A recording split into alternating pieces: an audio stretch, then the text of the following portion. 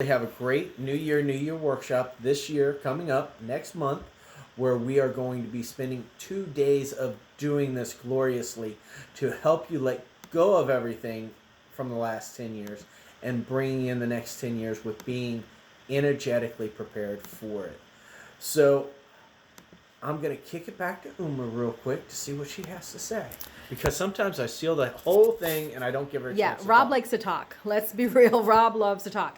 But it's okay. I let him talk because he has a lot of good things to say. So that's why I don't really fuss too much about it. That's why I don't cut Uma. I just let her talk too. She's got lots of good things to say.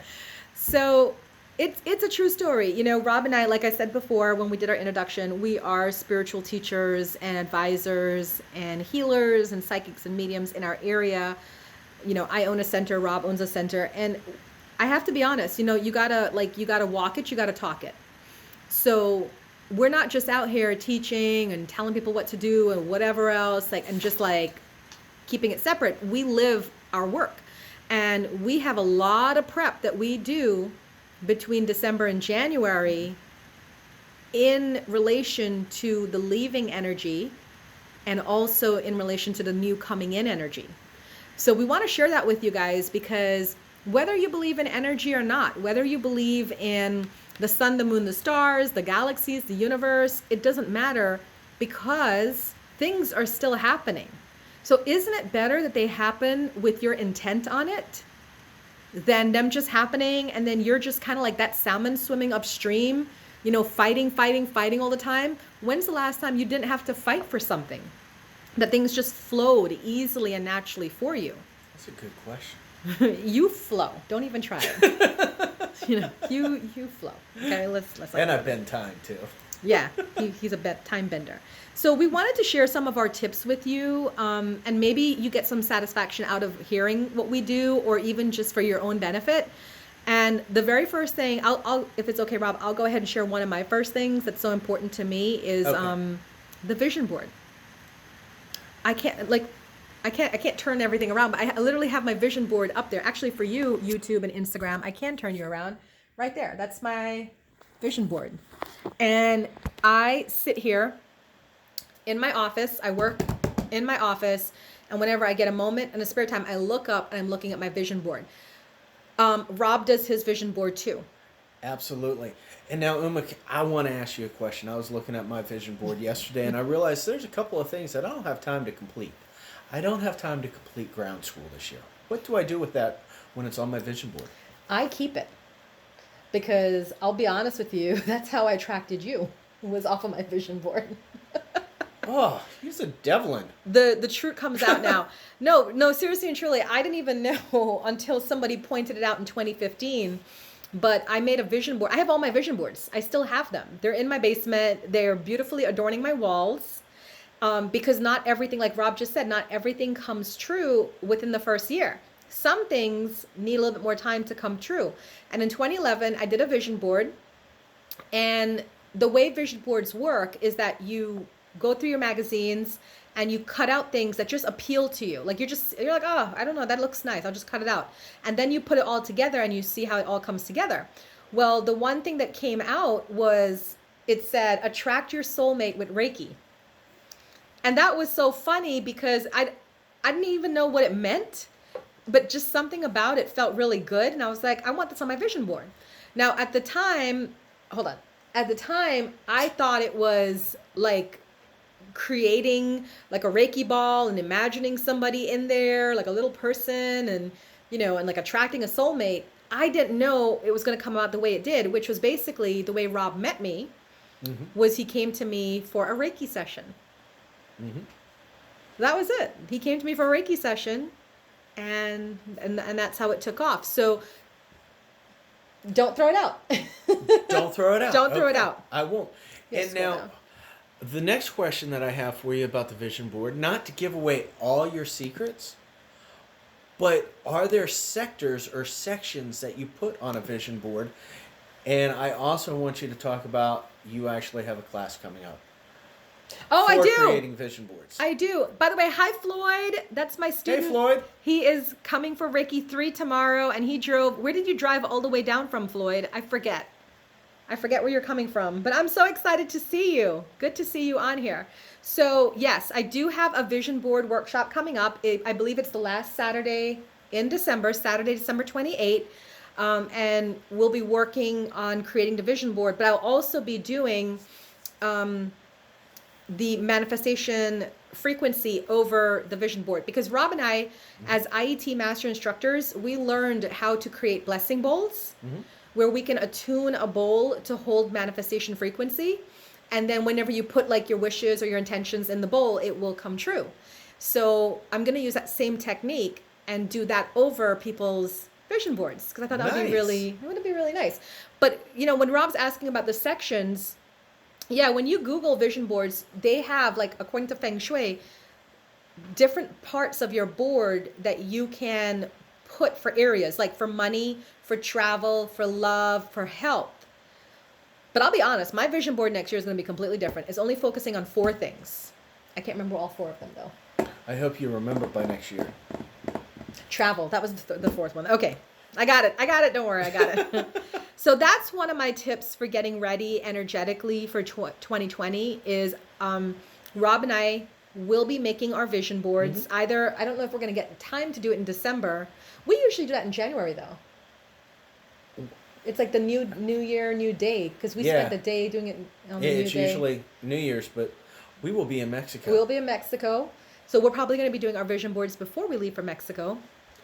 Or we can take 100 magazines down to Mexico, not pay, what is that, like $30 per travel bag? Yeah. But absolutely.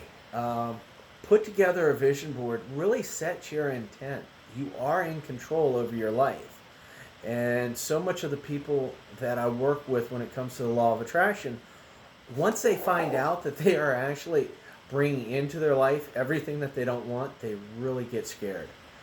Look at your intent. Look at what you are looking to create in your life. Where do you want to be? And set that intent every morning when you get up. Every morning when I get up, I've got what's called a boss morning. I actually sit down and I do breath work. And understand, breath work is so overrated. Nobody ever teaches you how to breathe.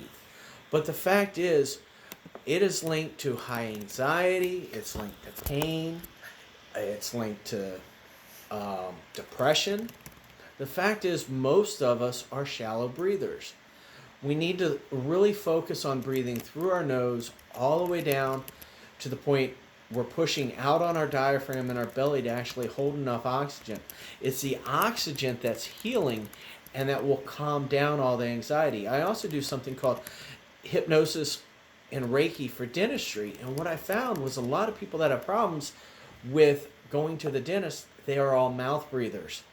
That's why I teach to breathe in through the nose. So I start off every morning doing about 5 minutes of breath work, followed by really observing. One thing that I've realized is I've got to go and see what my day is going to look like. This is a time where I really set my intent, not only for the day, but for the hour, for the week, and look at what's going on my schedule so I know what's happening. And then I stretch, because I found that it's really hard to meditate or stretch if you're worried about what's going on. And then set your intent. Set your attention for really what you want to accomplish. Give yourself some guidance. Don't be a wandering generality, as Zig Ziglar would say. Be meaningful, specific. Be on your direction. What is your direction for 2020? So with Rob's Boss Mornings, what he's saying with that is that's one of the ways that he energetically prepares for 2020. It's actually by every single day, preparing every single day to handle that day. You know, one of the things that I've noticed with our society is that we're so focused on the future, or we're living on the past, that we don't really even take time to just enjoy this day that's right in front of us. And Rob calls his Boss Mornings. I call mine Merry Mornings. Same technique, you know, with just different things. But it's the idea that we take time every morning to set our energy and set our intentions, so that way the rest of the day can flow properly. Yeah. Another thing that I do to prepare energetically for the new year, and especially for 2020, because why? It is a new decade. It's not just a new year, it's a new decade, is I purge everything. Oh my God, does this woman get rid of everything? I do. I purge everything. So, listen, here's how I'm going to say this. It doesn't matter if it's nailed down. No, it doesn't. When you start, like, when you start living this spiritual path, when you start living with energy and purpose, what happens is you start to become aligned with the energy of the universe. Your body starts to change, first of all. And what I mean by change is not like gaining weight or losing weight. I'm talking more about like you become in sync with the natural flow and rhythm of life. Winter is about letting go. Winter is about closing down and isolation, sleepy time, right? So I've started just energetically feeling that shutting down. I don't really want to go out that much. I want to stay home. And then while I'm home, the other energy that's coming in is we're now starting not just a new year, we're starting a new decade. And that new decade has me thinking, what do I want to bring with me into this new decade and what do I want to leave behind? And it was a very insightful moment for me. I'll tell you the story about the dining room table. Rob loves the story about the dining room table. So It might as well have been nailed down. It was heavy enough. it was heavy enough. And I have this beautiful dining room table. It was 6 chairs, huge. It was from Haverty's. It came with a china cabinet. It was cherry wood. It was gorgeous, but it was heavy, like Rob said. And this was a wedding present a long time ago when I was married, and I've been divorced for the decade, actually, the whole decade, because we got divorced in 2010. So it's been a decade since I've been divorced.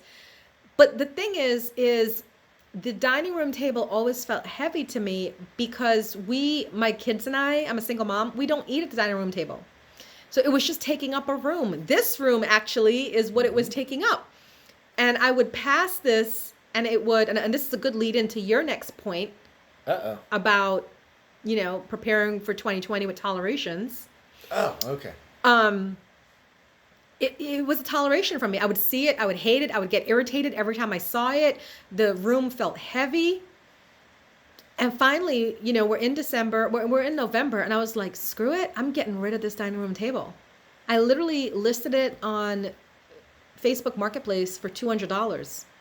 This little Latin American couple came, picked it up, walked out with this on their backs. They were not that taller than me. And I was like, how are y'all getting this out of here? They walked out with these things, these chairs, this table. They deconstructed it and they walked out with these things on their backs. God bless. They were happy to have it. I was happy to now have this room that I'm in that I completely use all the time now because it feels so much more lighter. So look around you right now and what is annoying you and that you have to purge. And I'm going to let Rob talk more about this, but I just wanted to share the point about one of the things I do is I start going through all my stuff, my clothes, my papers, anything that just feels heavy for me. And I'm like, I'm purging away. So yeah. Okay. Well, the first thing that I want to go to is, yes, winter for a lot of people, it's about nesting and coming inside and about staying out of the cold. For me, I get excited. I grew up ski racing. So as soon as it gets cold, it's like it's summertime again. Because there's nothing better than seasonal depression than being out on a ski slope with the sun coming down on all that white snow and it refracting back into you. And you always get a tan, but you get your vitamin D. Okay, so one of the things that we always talk about within our New Year, New You, and one of the things that I talk about in my 5-week challenge is tolerations. Eliminating the things that you are tolerating. Now, I want to really emphasize that when I say tolerations, I'm not talking about somebody. We always, whenever I say... Somebody? Somebody. Whenever I say, what are you tolerating? My clients always come back with them. Well, you can't tolerate them, you can tolerate a behavior. But everything that you're putting up with, and the average person tolerates anywhere between 80 and 120 things every day. No wonder you're stressed out. Absolutely. Thanks for catching me on that. I think I'm at 200 things a day. But, I am my own business owner and everything. But the fact is, we need to start eliminating these. And we need to start eliminating the things that we can. Now, a toleration can be everything to a picture hung crooked. It could be that you left McDonald's in your car for 3 weeks and you live down south, and every time you get into your car, it smells like a fast food restaurant. Well, if you're doing this, you're probably rushing from place to place and you don't feel that you have time. So the toleration, the immediate fix might be to get rid of the French fries, but the truth is the toleration is you're not giving yourself enough time to get from point A to point B so that you can leisurely go in. It could also be that your car's 3 months overdue for an oil change. Seeing that little light on is a toleration. And it zaps your energy and it brings you down.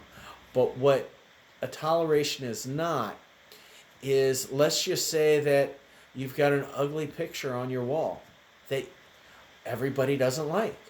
But when you look at it, it gives you a fond memory. It gives you something that makes you not want to yawn. And I had a long day, guys. I'm sorry. I was up all day at that conference. I'm putting her to sleep. Okay. But, it's something that builds your energy. It makes you smile. It makes you happy. So a toleration is something that brings you down. It saps your energy. And some things we look at and they give us energy. We want to start getting rid of the things. Now, one of the things that people do when they try to go after the things that they're tolerating is they go after the things they can't eliminate. Go after the little things like getting more sleep every night, coming home and taking a nap before you get on Facebook. I'm going to smack you, I swear. He'd be acting up sometimes. So does anybody have any questions on tolerations? Or anything so far, because we've shared about creating vision boards. We've talked about purging, whatever's in your home and getting that energy cleared. We've talked about addressing tolerations. So before we give you some more tips, is there anything that you want to ask about those things or anything you're going through about preparing for 2020? It's a shame we don't have anybody from a Manifestation Monday in here because we've got 2 people that have manifested homes that are having to move. Yeah, that would be a toleration for sure. Having to go through all that like in the holiday period. Mm-hmm.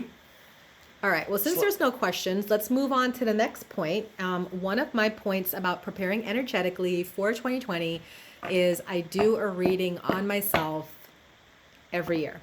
Now, I know that's a little bit of a controversy, and I'm okay with that because the controversy that comes up is people ask me all the time, Uma, do you want to know what's coming? Yes. Hell yes. Hell yes with a capital H and a capital Y. I'm a Capricorn, guys. And Capricorns like to be prepared. Whoever's sending hearts, thank you, because I know you understand it, okay? We like to be prepared. And if I can know what's coming ahead of time, it gives me really good relief. And I'll tell you something about Capricorns, and anyway, about a lot of people that are psychics or mediums. We have high anxiety. A lot of you sensitive people out there, you're sensitive and you have high anxiety, including Rob. He does too. So when I know things that are coming, then it makes my life a lot easier. So what Rob and I do is we pull our cards, usually like on midnight of January 1st, like, because we tend to be home and we're probably going to be taking our cards to Mexico. And we're going to be pulling our cards. Here's the thing. All of life is not fun.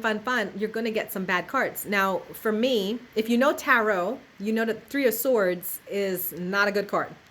That's like the breakup card, the death card, the illness card. It's not a good card. So one year I got 3 of Swords for September. Mm-hmm. And I nearly had a heart attack. Rob had to revive me. I nearly had a heart attack. But you know what happened was I used it. And I used it this way by saying, okay, I don't know what's coming. I know it's something that's going to be unpleasant. So what I can do to prepare is, Rob, we are not traveling. In fact, that year, Mm-hmm. every single month we traveled to a country or a state, but September we didn't go anywhere. Mm-hmm. The only place we went to was Maryland because it's within driving distance. Yeah. We didn't go anywhere, and I'm glad because you know what actually ended up happening? I had a massage school, and one of the teachers just up and quit on me, no notice, just totally ghosted me. Left me with a new class that was starting, 10 students starting, no teacher. I had to work 80 hours in September. I was working Lotus Wellness Center. I was working my clients. I was working the massage school. I didn't sleep for September, okay? I didn't sleep at all. But that was the bad news. You see what I'm saying?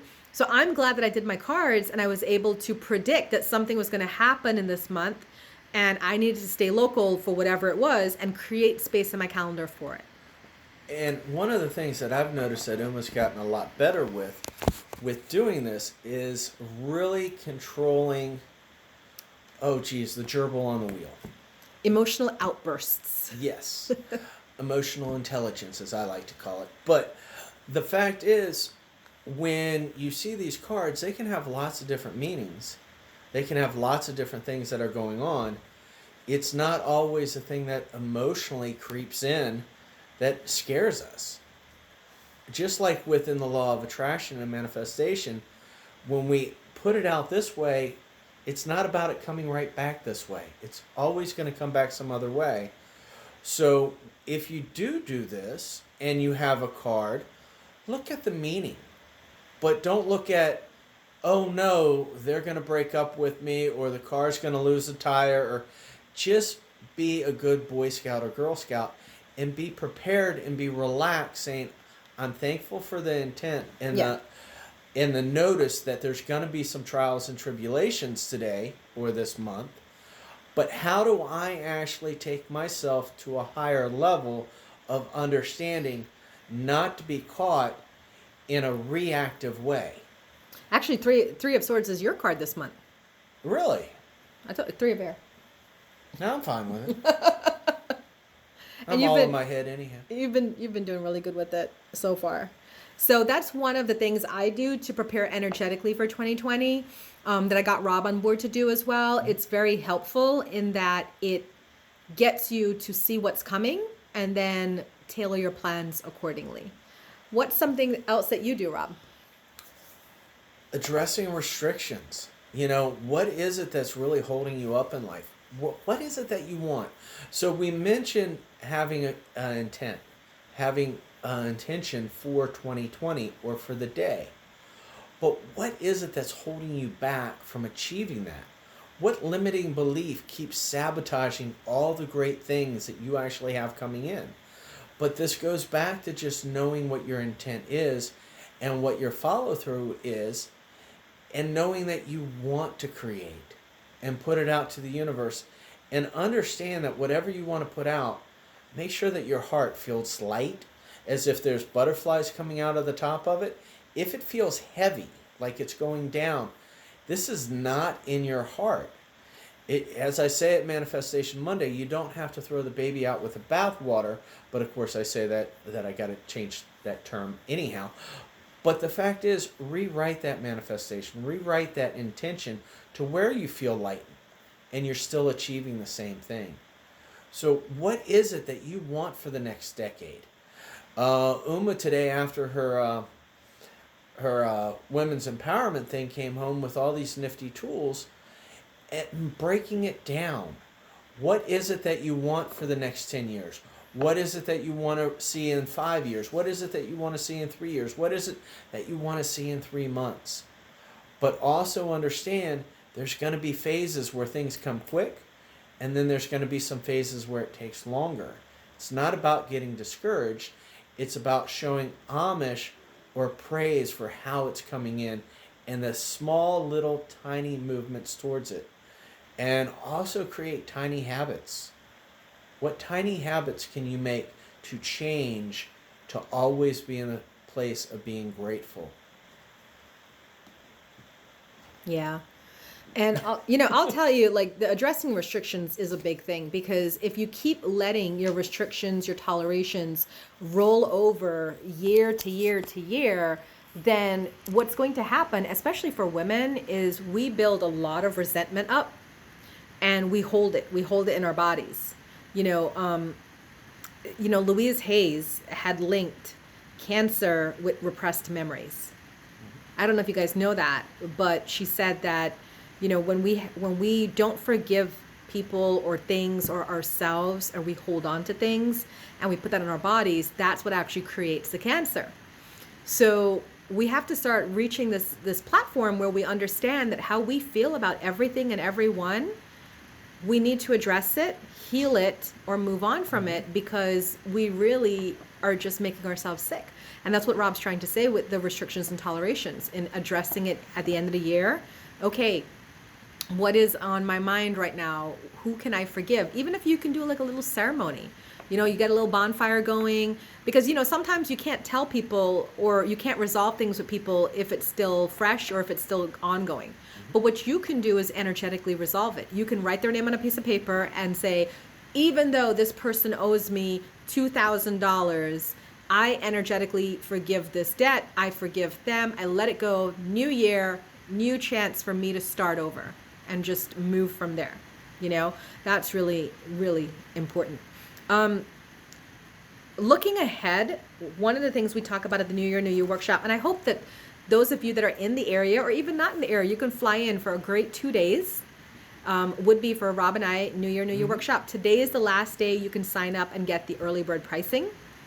And it's January 11th and 12th. It's 2 days. And what we do is Saturday, we spend it clearing, kind of like what Rob is talking about a lot here. We do a lot of clearing. We do the talk. It goes deeper than what he's talking about. And then we do actual clearings on you, mental clearings, emotional clearings, using the techniques, the energy techniques we know over the years of being energy practitioners. So it's very interactive and experiential on Saturday. Sunday, we plan ahead. So Saturday is about releasing the past decade. Out with old. Out with the old. Sunday, in with the new, is about looking forward to the next decade, and we do our planning. I do write and make New Year's resolutions. And I remember at our very first, do you remember, Rob, at our very first retreat? Yep. We had a participant go off on me about resolutions. She thought it was a waste of time. That was so old school, and then people make resolutions, but then they don't see them true, so why even bother? And I let her have her rant and her rave, and what I said to her is what I'm going to say to you now. If you have a plot of land and you want to build a house on that plot of land, do you just go start picking up sticks and wood and whatever and building your house? No. You literally have a foundation drawn out by an architect, and then that goes and you discuss and you talk about it, and then you go into construction, and then there's the building, and then even after construction there's the inspector who comes around to make sure there's like a whole team of people. And also there's a plan, there's a foundation set before you can actually build your house. That's my understanding of resolutions. Even if I don't get them accomplished, what a resolution does, or a goal, if you will, is it puts in front of me my carrot. Not on a stick, just my carrot that I want to get. It's not on a stick, okay? And then it gives me the goal to drive towards. I'll tell you, I've been doing resolutions now for about 20 years. It is what contributes to my success, because I created, and I'm going to share with you guys, if you do come to the New Year, New You workshop, I share with you my plan, the way I do my goal setting and my mapping. Rob loves it. He never saw anything like it before, and he was like, no wonder you're able to like accomplish so much, because you literally have your checks and balances in place to make sure that you accomplish it. Everything is broken down. Everything is broken down. Oh, you got to plug in your... Yeah. Okay. So set your resolutions. If you're not coming to New Year, you can't make it to our thing, that's fine. But you set your New Year's resolutions. The only reason why I tell people like you really should come to the workshop is because we have that team energy. Just like what I said about building the house. You have a team of people to build your house. It's not just you. And it is stronger because you have that team energy. And that's what we create at the New Year workshop, is that team energy. So one of the things I do to prepare energetically for 2020, always, is setting my intentions. But not just setting intentions or resolutions, it's doing it my way that I can't wait to share with you guys who join us. Yeah. Absolutely. And whenever you have more than one person together, whether it be biblically, when two shall come together In my name, or the power of eight, or the mastermind, whatever it is, you are creating a group consciousness that is more powerful than just one. And what we tend to do is really bring in the heart and the heart math, the vibration of the heart, and align it with the mind. But it's not just one heart, it's several beating hearts with several minds connecting to the universe and to the God of all that is, to really help you to understand where it is that you want to go and the steps that you need to go through. And it's all about out with the old. How do you eliminate it?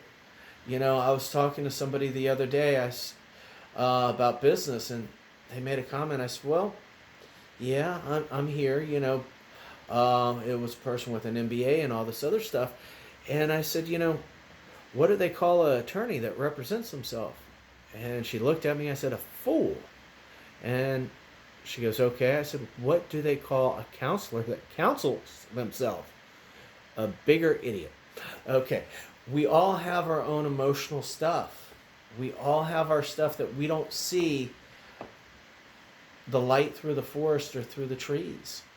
When we come together as one in a group, we get to see all sorts of different ways to accomplish the same thing and to pull ourselves out of our way. And that's really what it's about, is about getting out of our own way so that we can be in flow and let life come to us with the ease and joy of glory that Access teaches us. Back to Uma. So why don't you guys share with us some things that you're doing as you get ready to prepare for your 2020? Or, are you preparing or are you not preparing? Are you just kind of like another day, another dollar, This is a quiet group. This is a very much a quiet group. But I think everybody's like just ready for the holidays. Is everybody ready for the holidays? Floyd says we help each other like a team. That's it. That's it. You need a team. This is why we say you need spiritual community, because when you try to do things on your own, one, if you're not motivated, then you're not going to motivate you if you're not motivated. And then two, if you're hitting blocks, it's easier to give up if you're hitting blocks and it's just you. Floyd says team stands for together everyone achieves more. That's exactly right. And Floyd, I'm going to let you in on a secret. Rob and I really created the New Year workshop for us. Yeah. So we can have a team of people to spend, because I can't tell you how important it is for us to recognize and honor that New Year energy. So we were celebrating it together on our own. And then we were having so much fun. And then we were like, what would this be like if we were to celebrate this with people, with other people? Yaya says, I'm going to be doing a vision board with my family. I love it. My boys, Yaya, do their vision boards as well. They're 14 and 12. So, your kids are never too young to make vision boards. Their vision boards are very cute when they do them, And Michelle says she's going to be cleaning, creating a vision board, meditating, and tarot readings. Wonderful. Yes. That is awesome. That's good stuff right there. That's wonderful. Who else? Who else is doing stuff? She corrected. She's not cleaning. She's creating. I was like, she's going to be at my house for New Year's. So that would have been so nice to come home from Mexico to a clean house. To a clean house. She will be creating. So what else are you guys doing for your New Year? Anything else? No, I don't think so. How is anybody going to stretch themselves out and push themselves past Your comfort zone. Your comfort zone. That's a good one. Get out of the box. What is getting out of the box for 2020? How are you going to be like that good turtle and stick your head out of that shell and say, look what the universe has brought me? Who actually has the desire to try something new or to achieve something greater than what they've achieved before? Yeah, are you guys really going for it? I'll share a story with you that was really, really cool today. Because like you guys know, I went to the Virginia Businesswomen's Conference, and one of the speakers there, I checked, she was talking about making money. And she was saying that when she's a coach, and when she started her business, her first year she made $30,000. Then her second year, she made $90,000. So she tripled in 1 year, right? So after making $90,000, she pushed. And her third year, she made $138,000 working for herself, being a life coach, helping people, like satisfying work. She wanted to make $1 million in her fourth year. She was like, that's it. I want to go for $1 million. I'm ready. So she set up her systems in place, got everything ready to go, energetically prepared, yada, yada, yada. At the end of the year, she only made, $700,000. Oh, that she sucked cried. for her. She cried. And I'm like, are you kidding me? But she caught herself and she said, at the end of the day, I went from making $138,000 to $700,000, doing what I love, helping people. But that was pushing herself. So if you made like 40,000 this, and I'm just using money. Like, please don't think all I'm talking about is money. I'm just using it because it's easy, it's tangible, it's something that can count. But let's say you made like $30,000 this year, and you're like, ooh, next year I want to make 40,000. That's not pushing yourself. Pushing yourself is like, ooh, I made $30,000 this year. Next year I'm gonna make 90,000. That's pushing yourself, right? So we got some comments here. Carol said, I'm going to be making some vision boards with my grandchildren and hopefully their mother. Wonderful, Carol. Nice, Carol. Yaya is purging the closet. That's always a good thing. Purge that closet. Floyd says, I'm always going for it. Exactly. Carol said, I'm at that point, but having problems discerning my next step. Yaya said, I definitely am trying something new with Uma's mentorship in 2020. I can't wait, Yaya. That program is the bomb. You're gonna love it because it's set up to take you to the next level, to create your next steps. Carol, I don't know where you live, but if you want to talk with me, if you want to have a clarity call, and what's that? Were you I was like, give me a call too. Yeah, we can help you in helping you discern your next step. And one of the things that Uma just brought up that is so important that I really want to go back to the fact that this woman said she didn't make $1 million. She made $700,000. Amazing. Celebrate. Please celebrate. We celebrate funerals more than we do birthdays anymore. Not us. We celebrate all the damn time. Exactly. Please take a moment, and there's different styles of goal setting. And one is to push it out so far that you can't achieve it. If you're doing that, don't beat yourself up for coming short. Go back and look at how much further you went past where you thought you could. And celebrate. Go to McDonald's. Get yourself a big cup. You know, whatever it is, take time to thank yourself for what you've done. Because that's how we have gratitude, and that's how we continue to grow. If you're constantly beating yourself up, you're putting that vibration and that frequency of being less than into your system, and that will come back to the universe, come back to you through the universe.